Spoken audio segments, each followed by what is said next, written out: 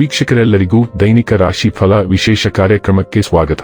ಇವತ್ತಿನ ಈ ವಿಡಿಯೋದಲ್ಲಿ ನಾವು ವರ್ಷ 2026ರ ಮಾರ್ಚ್ ತಿಂಗಳಿನ 25ನೇ ತಾರೀಕಿನ ದಿನದನು ರಾಶಿಯ ಫಲಗಳನ್ನು ತಿಳಿದುಕೊಳ್ಳಲಿದ್ದು, ಈ ದಿನದನು ರಾಶಿಯ ಜಾತಕದವರ ಪಾಲಿಗೆ ಹೇಗೆ ಸಾಬೀತಾಗಲಿವೆ, ಈ ದಿನ ಗ್ರಹ ನಕ್ಷತ್ರಗಳ ಸ್ಥಿತಿಗತಿಗಳೇನು ಮತ್ತು ಇಲ್ಲಿ ಉಂಟಾಗಲಿರುವ ಯೋಗಗಳ್ಯಾವುವು, ಈ ಯೋಗಗಳ ಪ್ರಭಾವ ನಿಮ್ಮ ಮೇಲೆ ಹೇಗೆ ಕಾಣಿಸಿಕೊಳ್ಳಲಿದೆ, ಜೊತೆಗೆ ಈ ದಿನಗಳಂದು ನೀವು ಹೊಂದಿರಬೇಕಾದ ಎಚ್ಚರಿಕೆ ಏನು ಅನ್ನೋದೆಲ್ಲವನ್ನ ವಿಸ್ತಾರ ರೂಪದಲ್ಲಿ ಇಲ್ಲಿ ತಿಳಿದುಕೊಳ್ಳೋಣ.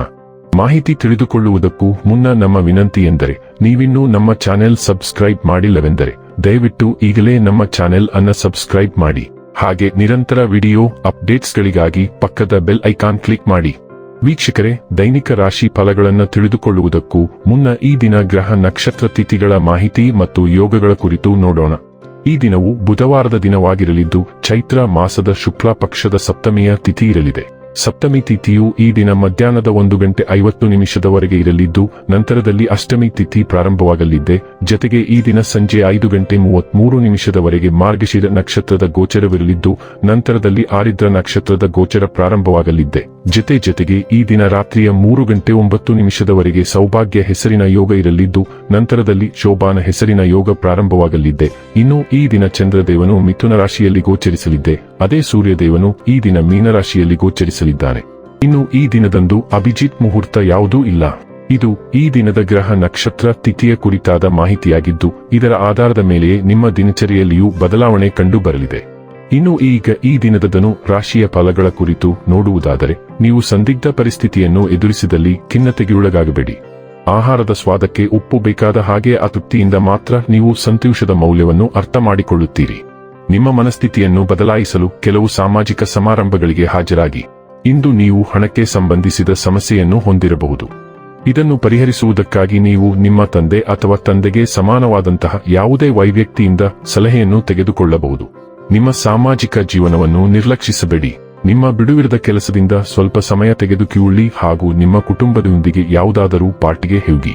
ಇದು ನಿಮ್ಮ ಒತ್ತಡ ನಿವಾರಿಸುವುದಲ್ಲದೆ ಆದರೆ ನಿಮ್ಮ ಹಿಂಜರಿಕೆಯನ್ನು ತೆಗೆದುಹಾಕುತ್ತದೆ. ಒಬ್ಬ ಸುಂದರ ನಗುವಿನಿಂದ ನಿಮ್ಮ ಪ್ರೇಮಿಯ ದಿನವನ್ನು ಪ್ರಕಾಶಮಾನವಾಗಿಸಿ.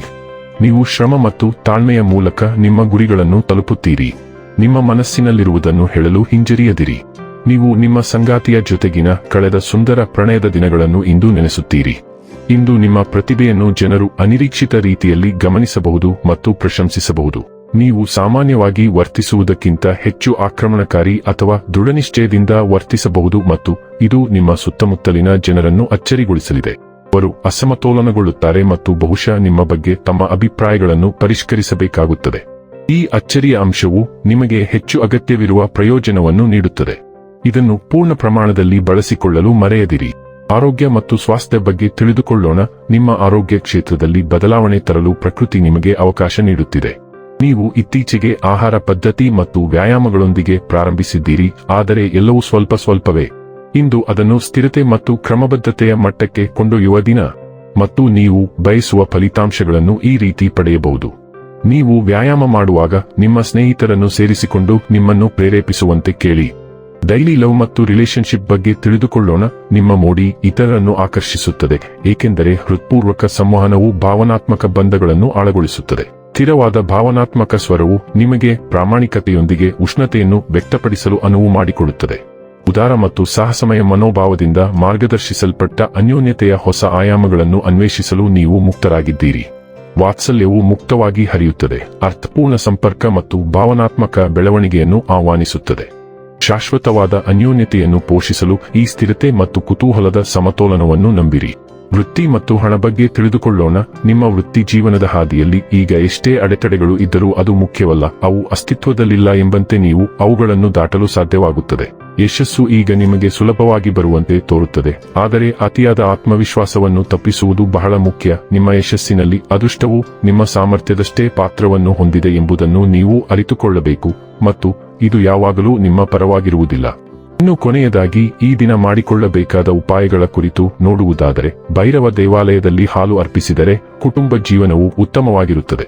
ವೀಕ್ಷಕರೇ, ಇದಾಗಿತ್ತು ಧನು ರಾಶಿಯ ಜಾತಕದವರ ದೈನಿಕ ರಾಶಿ ಫಲದ ಮಾಹಿತಿ ಇಷ್ಟವಾದರೆ ವಿಡಿಯೋವನ್ನು ಲೈಕ್ ಮತ್ತು ಶೇರ್ ಮಾಡಿ.